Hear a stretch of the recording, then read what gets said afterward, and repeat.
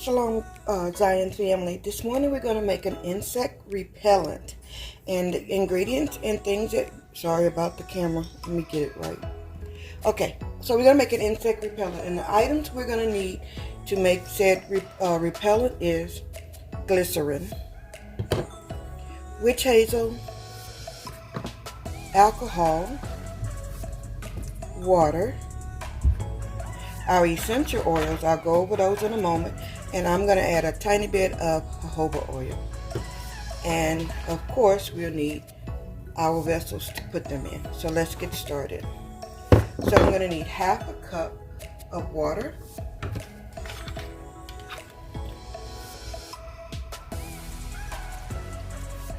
Okay, so we're going to add in our, half a cup of water. I'm making a mess already. As you guys knew, I probably would. And then we're going to need half a cup of witch hazel.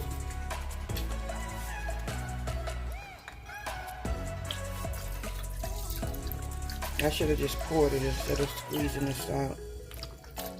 But I'm having a brain freeze today.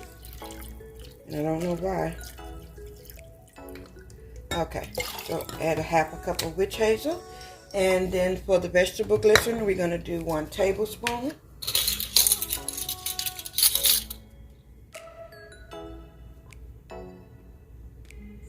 And what vegetable glycerin does, it actually helps it to stick to the surface that you're spraying it on, such as your skin, okay? So I'm going to give it a mix to get as much of my glycerin out of my tablespoon. And then we're going to use a tablespoon of alcohol. You can use vodka, but to me that's a waste. Just get some alcohol. It's cheaper, in my opinion, to use rubbing alcohol, okay? Or isopropyl alcohol. So that's 1 tablespoon. And now we're going to add in, I'm going to, because I like jojoba oil because it is going on the skin, I'm going to add half a teaspoon of my jojoba oil. Anytime I put anything on my skin, I kind of like to add the jojoba oil, even though this is not going to actually mix into the water very well unless you shake it very well before using it. But you could emulsify this by adding in a little bit of, do I have it down here? Yeah, we're going to add a little bit of our citric acid to help break in and emulsify these oils into our water. So I'm going to add a tablespoon, and this is half, so I'm using 2. And so what, like we talked about the other day, citric acid actually acts as a emulsifier. It helps to blend your oils and equally distribute them throughout your water, okay? So it makes water and oil sort of marry. Okay, and now we're going to add in our essential oils. And what we're going to use is lavender. And for lavender, we're going to put in 10 drops. Y'all know I'm never ready with these oils. I should open this in advance. So we're going to put in 10 drops.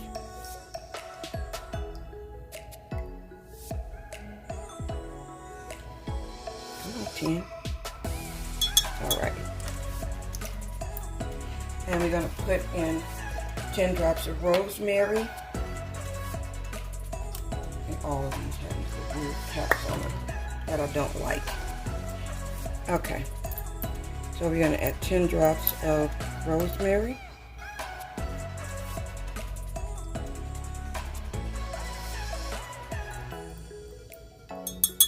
Okay. And we're going to do 10 drops of lemon.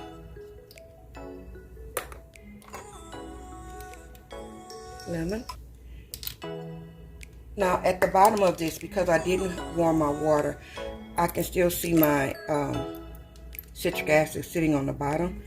So I'm going to add a little bit more, or give it a very good stir. Okay. To blend that into the bottom. I should have made it concentrated the water a little bit in order to mix that in. And then we're going to use grenadine. And grenadine, we're going to add 30 drops. So this is the most, this one is citronella.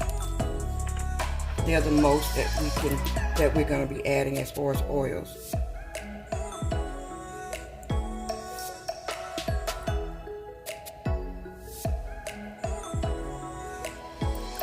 That's 10.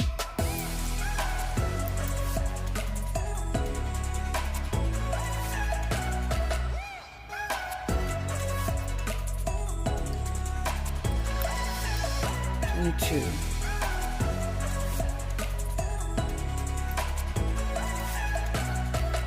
All right, so we put 30 of the grenadine in here, and I always at the end of the day have oil all over my hands and everything. And then we're going to add 20 drops of citronella, and then we're going to give this a very good mix or blend.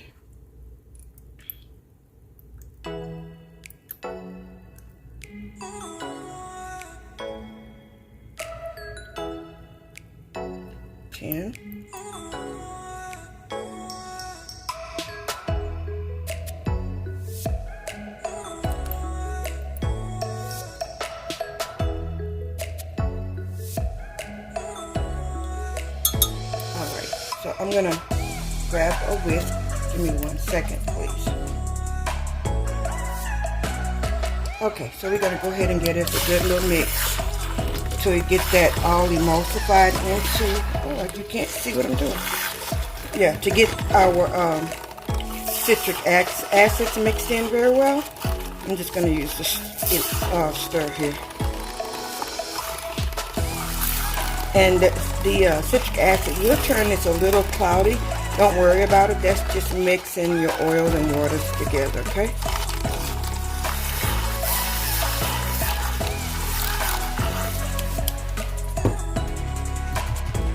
Alright, and there you have it. Go ahead and pour these into your vessels, and I'm going to need to get more because this is going to be too small. Okay.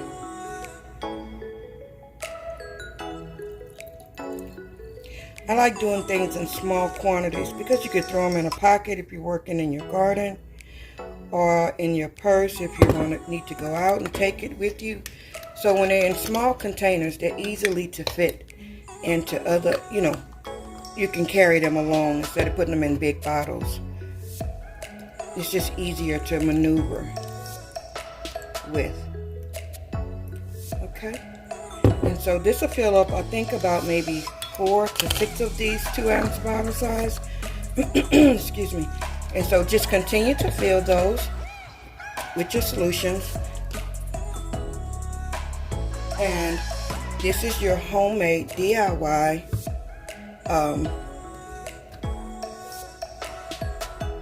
bug repellent. Yeah, insect repellent. Okay.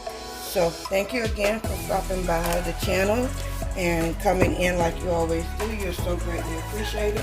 If there's anything that you would like to see me do, please drop it in the comments, and we will I'll try and make that happen for you. But again, I'll just take my pen and write on here insect repellent. The other one I made was for insect bites. This one will actually steer them away from you so you don't get the bites. Okay, so smells good. It doesn't smell like citronella or candle or nothing. It has a very pleasant smell. So give it a try. Come back and let me know what you think. Shalom, Zion family.